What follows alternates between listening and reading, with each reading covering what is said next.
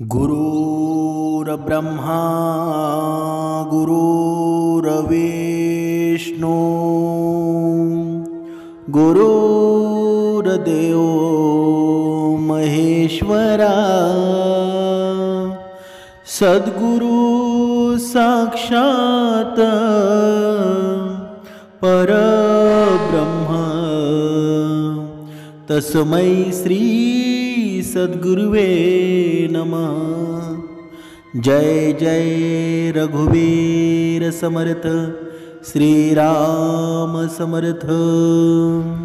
सद्गुरु चरणांना नतमस्तक होऊन आपण या निरूपणास सुरुवात करूया। मायबाप सज्जनांचं स्वागत आहे। समर्थांनी सांगितलंच आहे ना, मनुष्यानं राहावं कसं बरं, मनुष्यानं वागावं कसं बरं। कोणतंही कारण असू द्या, कुणावर रागावू नका, चिडू नका, मन शांत ठेवा, विचार करा आणि नंतर अंमलबजावणी करा।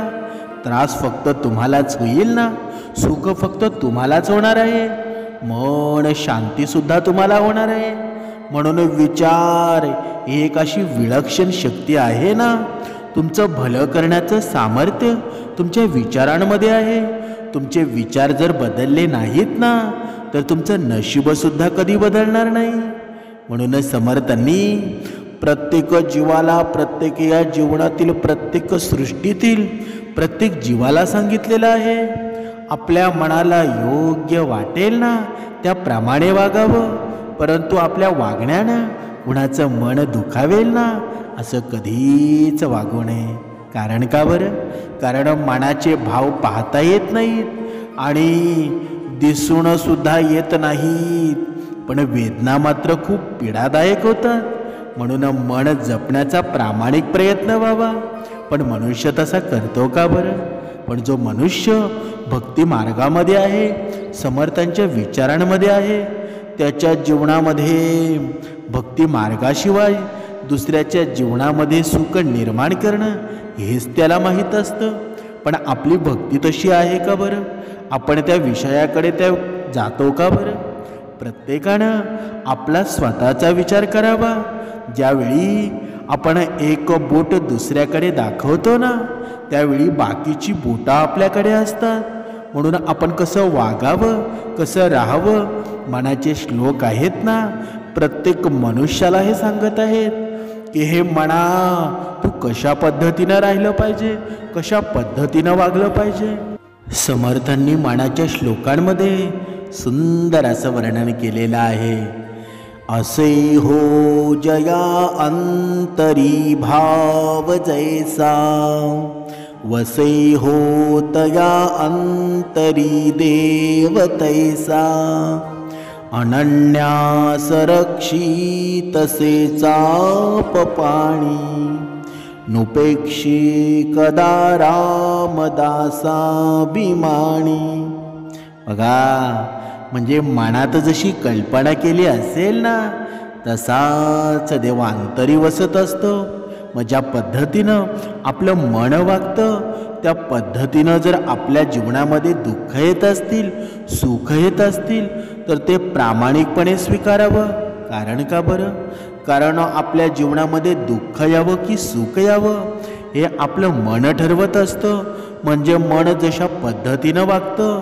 जर बघा, तुमच्या जीवनामध्ये तुम्हाला कोणती गोष्ट हवी असेल, तुमच्या मनामध्ये जर तुम्ही ठरवली ना की ही गोष्ट मला हवी आहे, ही गोष्ट मला खायची आहे, ही गोष्ट माझ्या जीवनामध्ये यायला हवी, तर नक्कीच मनुष्य त्या गोष्टीकडे त्या उद्देशाने पाहू लागतो। पण त्या गोष्टीचं बघा, कधी कधी काही माणसं असतात ना, फक्त विचार डोक्यामध्ये करतात, पण त्या गोष्टीकडे अजिबात ते लक्ष देत नाही। मग तो कधी मनुष्य श्रीमंत होईल का बरं? म्हणजे नुसतं त्याला पैसा हवा असतो, पण पैसा जवळ आणण्यासाठी मेहनत त्याच्याकडे नसते। मग त्याच्या जीवनामध्ये तो धनवान होईल का बरं? कधीच होणार नाही। म्हणून त्या देवाशी एकरूप झालेल्याच्या या रक्षणासाठी तो धनुर्धारी राम उभा असतो। तो आपल्या सेवकाची आहे ना, आपल्या भक्ताची आहे, उपेक्षा कधीच करत नाही। म्हणजे समर्थांनी सांगितलेलं आहे ना, मनुष्य जसे कर्म करतो तसे त्याला फेडावे लागतात। जर त्याचे कर्मच चांगले असतील तर त्याचं जीवनसुद्धा सुंदर होईल। म्हणजे करावं तसं भरावं असं म्हणतात ना। बघा, आपण एका छोट्या उदाहरणाद्वारे स्पष्ट करूया। एक शिकारी होता आणि तो उत्तम शिकार करायचा। शिकारी हा काही त्याचा व्यवसाय नव्हता, पण तो केवळ विरंगुळा होता। मनात आलं की रोजचं काम संपवून तो शिकारीला जात असे। शिकार करून करून एवढा तरबेज झाला होता की शिकार दिसले नाही तरी नुसत्या आवाजाने तो शब्दवेधी बाण मारून शिकार करत असे। त्यानं आपल्या मुलालाही शिकारीमध्ये पारंगत करायचं ठरवलं। शिकारीला जाताना तो मुलालाही सोबत नेऊ लागला। मुलाला आपल्या वडिलांचा फार हेवा वाटे। आपल्यालाही मोठं होऊन अशी शिकार करता यावी असं त्याला वाटू लागलं। आणि मुलगा घरी जाऊन आईला वडिलांच्या शौर्याचे किस्से सांगत असे। एक दिवस शिकारी एकटाच शिकारीला निघाला आणि नेहमीप्रमाणे त्याचे धनुष्य आणि बाण आहे ना ते शिकारीसाठी सज्ज होते। शिकारीच्या शोधात असताना काही अंतरावर त्याला अतिशय सुंदर असं हरणाचं पाडस नजरेत पडलं। दुसरं कोणी त्या पाडसाला पाहिलं असतं तर त्याला मारण्याचा विचार दूरच, परंतु ते दृष्टीआड होऊ नये असं कोणालाही वाटलं असतं।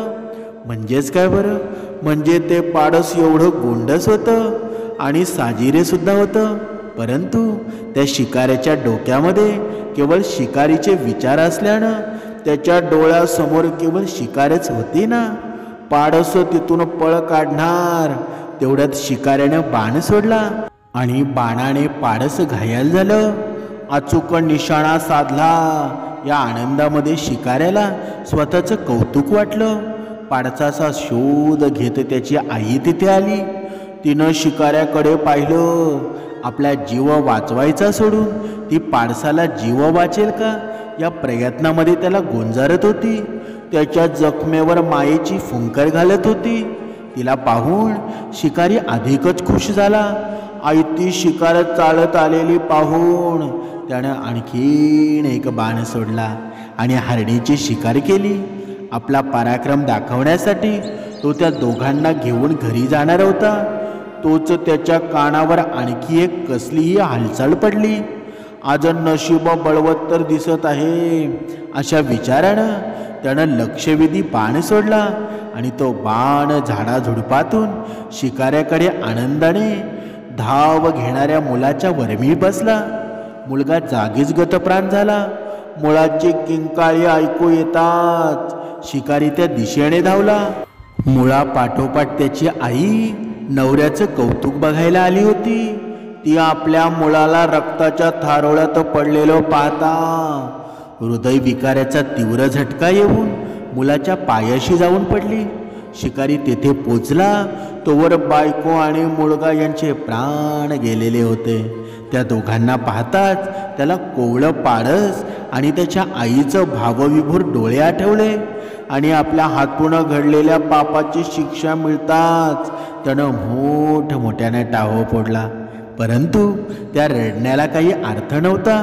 म्हणून शक्य आहे ना तेवढं सत्कर्म करत राहिलं पाहिजे। या कथेचं तात्पर्य काय आहे बरं? कारण आहे ना, आपण जे कर्म करतो त्या कर्माचं फळ कधी ना कधी मिळत असतं। यासाठी मराठीत म्हण आहे ना, करावे तसं भरावं। आपण बघा, आयुष्यामध्ये भरपूर अशा गोष्टी करत असतो आणि त्या गोष्टीमध्ये प्रत्येक गोष्टीमध्ये मनुष्याला सुखच मिळतं का बरं? नाही ना।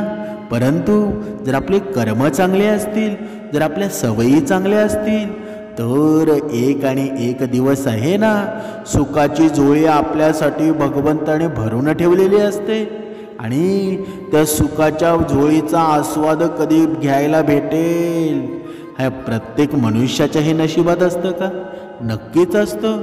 त्या सुखाच्या झोळीचा आस्वाद आहे ना, जो चांगले कर्म करतो त्याला नक्कीच घ्यायला भेटतो।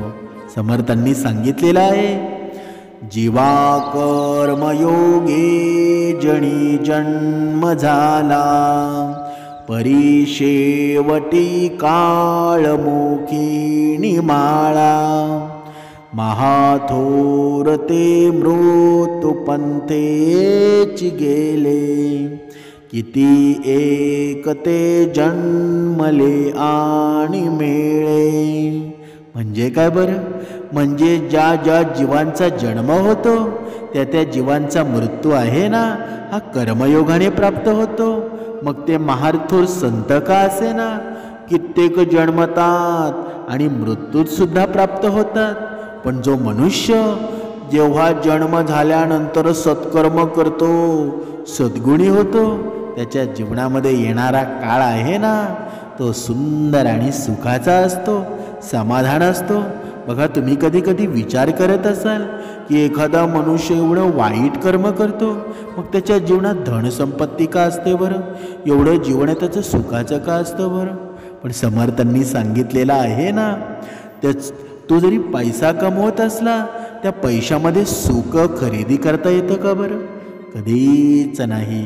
सुख आहे ना, खरं समाधान आहे। या आत्मिक समाधान जर तुम्हाला मिळवायचं असेल ना, तर समर्थ विचार तुमच्या या मनामध्ये निर्माण व्हायला लागतील।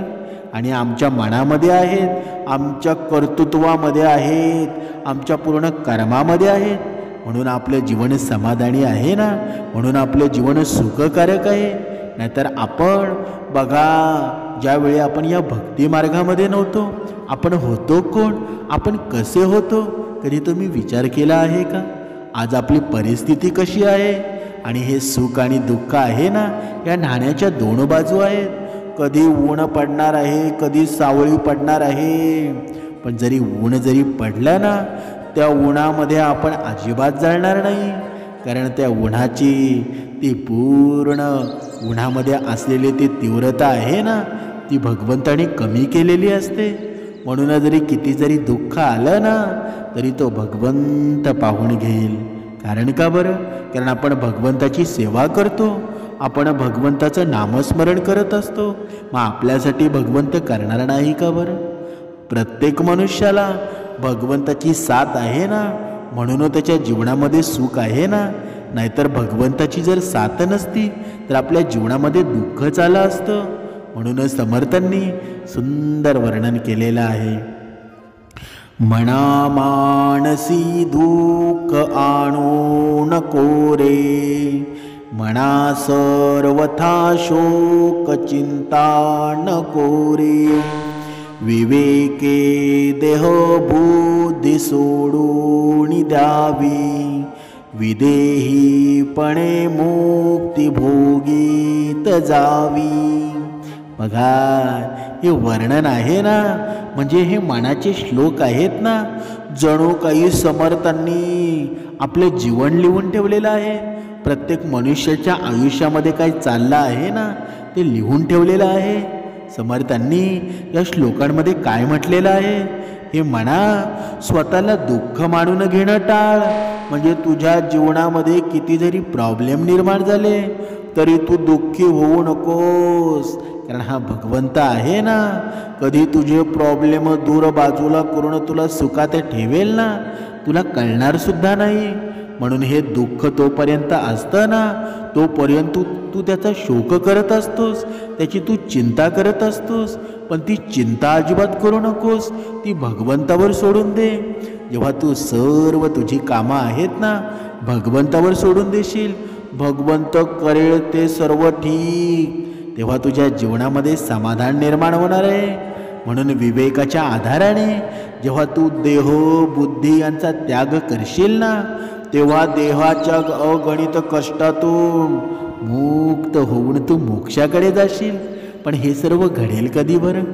जेव्हा आपण आपली ही भक्ती आहे ना, माणसामध्ये देव पाहायला शिकू, प्रत्येक गोष्टीमध्ये आपण सुख निर्माण करायला शिकू, दुसऱ्याच्या जीवनामध्ये सुख निर्माण करू, तेव्हाच होईल ना।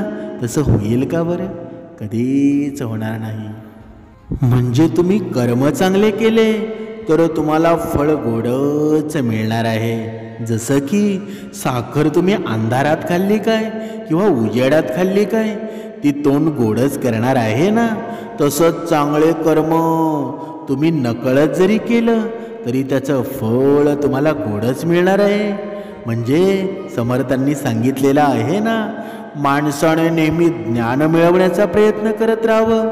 कारण रिकामं पोतं कधीच सरळ उभं राहू शकत नाही.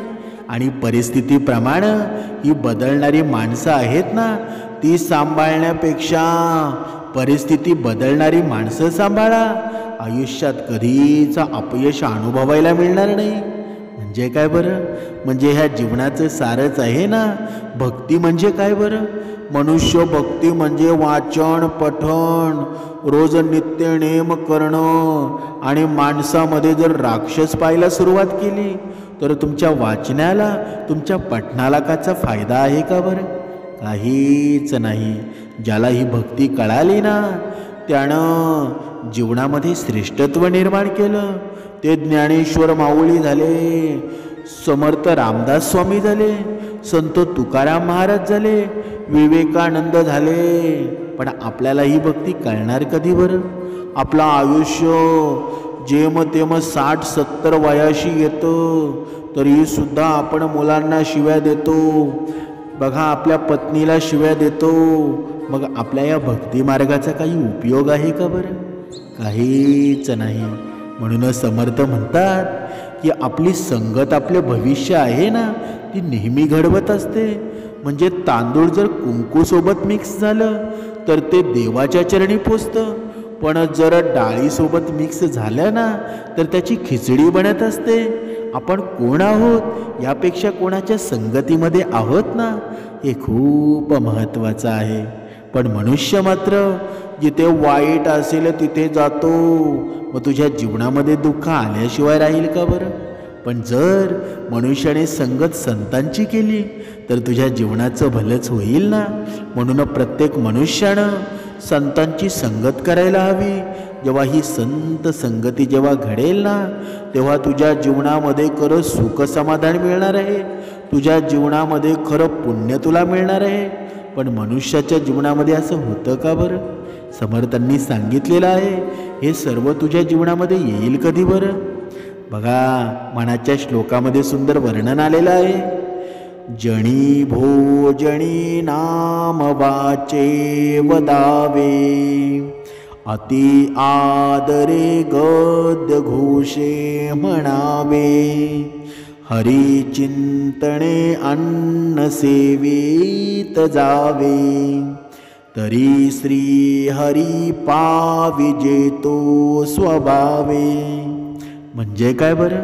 म्हणजे आपल्या सुखाकरता इतरांना तू अजिबात दुखवू नकोस. म्हणजे श्री समर्थांनी सांगितलेलं आहे ना, समाजामध्ये वावरत असताना, तू जेवण करत असताना प्रभू श्री रामाचं नाम आहे ना, तू खूप आदरानं घ्यायला हवं, स्पष्ट आणि मोठ्यानं घ्यावं. जेवण करत असताना भगवंताचं तू चिंतन करायला हवं.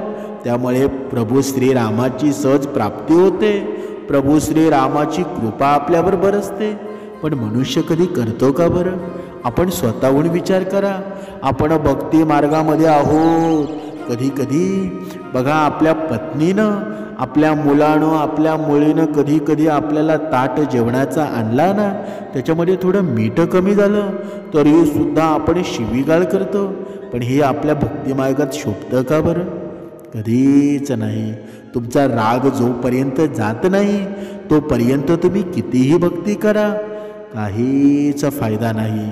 तुमचा राग आहे ना, जोपर्यंत नष्ट होत नाही तोपर्यंत काही फायदा आहे का? समर्थांनी सांगितलंच आहे ना, कोमलता असते ना, तिच्यामध्ये प्रचंड सामर्थ्य असतं. कोमलता म्हणजे दुर्बलता का बरं? अजिबात नाही. बघा, कधी कधी काही माणसं असतात ना, एवढी शांत असतात की आपण त्यांना काय म्हणतो बरं? बघा, हा खूप घाबरट आहे. पण तो घाबरट असतो का बरं? म्हणून बघा, तुम्ही विचार करा. खडक असतात ना, खडक झिजतात, प्रवाह रुंदावत जातो. म्हणजे काय बरं? म्हणजे ही कोमलता असते ना, ही कोमलता एवढी सहज असावी की समोरच्यानं आपल्याला देवास्वरूप पाहावं. कधी चूक झाली ना तर प्रत्येकानं माफ करावं. कधी माणुसकी कमी करू नका, कारण चूक हे आयुष्याचं एक पान आहे. पण नाती म्हणजे आयुष्याचं पुस्तकच आहे ना. म्हणून गरज पडली तर चुकीचं पान फाडून टाका, पण एका पानासाठी अख्खं पुस्तक गमावू नका. कारण ते पुस्तक आहे ना आपलं सुंदर आयुष्य आहे. आणि हे आयुष्य असंच काही क्षणासाठी वाया घालवायचं का? अजिबात नाही ना. ज्या भगवंतानं हा मानवदेह निर्माण केला, या मानवदेह तुम्ही काहीतरी पुण्य केले असतील ना, म्हणून तुम्हाला हा मानवदेह मिळालेला आहे. तसा मिळेल का बरं? बघा, या सृष्टीमध्ये कितीतरी जीव आहेत, पण हा एकच मानवदेह आहे ना, तो सर्व काही करू शकतो. काहीही त्याला, कारण संवेदनशीलता आहे. त्याच्या जीवनामध्ये तो कोणताही निर्णय घेऊ शकतो. मग सर्व सजीवांमध्ये श्रेष्ठ हा मानवदेह मानला जातो. मग तरीसुद्धा आपण वाईट कर्म का करतो बरं? म्हणून आपण बघा, काही विचार आहेत ना, जोपर्यंत आपल्या मनामध्ये निर्माण करत नाही तोपर्यंत आपली कर्मसुद्धा व्यवस्थित होणार नाही. म्हणून भगवंताला कधीच विसरू नका. लक्ष्मीसोबत जेव्हा नारायण असतो ना, तर आपल्या जीवनामध्ये सुख निर्माण होत असतं. जर नुसती लक्ष्मी येऊन चालेल का बरं? अजिबात चालणार नाही. माझा नारायण, माझा भगवंत जोपर्यंत माझ्यासोबत नसणार आहे ना, तर त्या लक्ष्मीचा काही फायदा आहे का? बघा, एकदा विष्णू आणि लक्ष्मी बघा या पूर्ण ब्रह्मांड फेर करत होते. तेव्हा लक्ष्मी विष्णूंना विचारते, हे जग सर्व पैशावर चाललं आहे. पैसा नाही तर या जगामध्ये काहीच नाही, म्हणून मलाच किंमत जास्त आहे. तेव्हा विष्णू म्हणतात की सिद्ध करून दाखव बघू. तेव्हा लक्ष्मी एक पृथ्वीवरील दृश्य दाखवते. अंत्ययात्रा चाललेली असते आणि लक्ष्मी वरून पैशांचा वर्षाव करते. सर्व लोक प्रेताला सोडून पैसे जमा करायला धावतात. लक्ष्मी विष्णूंना म्हणते की बघा, बघितलं का तुम्ही, पैशाला किती किंमत आहे बरं? बघा, विष्णू पुढे म्हणतात, प्रेत नाही उठले पैसे जमा करायला बरं. लक्ष्मी म्हणते, प्रेत कसं उठणार बरं, तो मेलेला आहे. विष्णूंनी खूप सुंदर लक्ष्मी मातेला उत्तर दिलं, जोपर्यंत मी त्या शरीरामध्ये आहे ना, तोपर्यंत तुला या जगामध्ये किंमत आहे. आणि ज्या क्षणी मी या शरीरातून जाईल ना, तेव्हा पैसा मातीमोल होणार आहे. बघा, हे समर्थ विचार तुमच्या जीवनामध्ये जर असतील ना, जर भगवंत तुमच्या जीवनामध्ये असेल, तर पैसा काय, सर्व सुख तुम्ही उपभोगणार आहात. म्हणून नुसता पैसा असून चालेल का बरं? म्हणून तुमच्या मनामध्ये हे प्रश्न निर्माण झालेले असतील ना, की माझ्याकडे पैसा आला तर सर्व सुख मी भोगणार आहे, तर हा विचार तुम्ही काढून टाका. तुम्ही थोड्या पैशामध्ये सुद्धा तुमच्या जीवनामध्ये सुख निर्माण करू शकता. म्हणून जास्त विचार करू नका, जास्त चिंता करू नका. तुमचं जे आयुष्य आहे ना, ते सर्वत्र व्यवस्थित आहे. तुमच्या जीवनामध्ये जी घटना घडणार आहे ती तुमच्या चांगल्यासाठी घडणार आहे. म्हणून जास्त विचार करू नका. सर्वश्रेष्ठ विचार ठेवा, कर्म चांगली करा. भगवंत कधी तुमचे नशीब चमकवेल ना, सांगता येणार नाही. म्हणून कर्मामध्ये राहा, भगवंत तुमचं भलंच करणार आहे. जास्त विचार करणं सोडा. तुमच्या जीवनामध्ये जे घडणार आहे ना, ते भगवंताच्या मर्जीनंच घडणार आहे, एवढी श्रद्धा ठेवा. तुम्ही जीवनामध्ये कधीच अपयशी होणार नाही. तुमच्या जीवनामध्ये जे घडेल ना, ते तुमच्या सुखासाठीच घडणार आहे. म्हणून भगवंतावर श्रद्धा ठेवा, विश्वास ठेवा. तुमचा एक दिवस विजय निश्चित होणार आहे. जय जय रघुवीर समर्थ.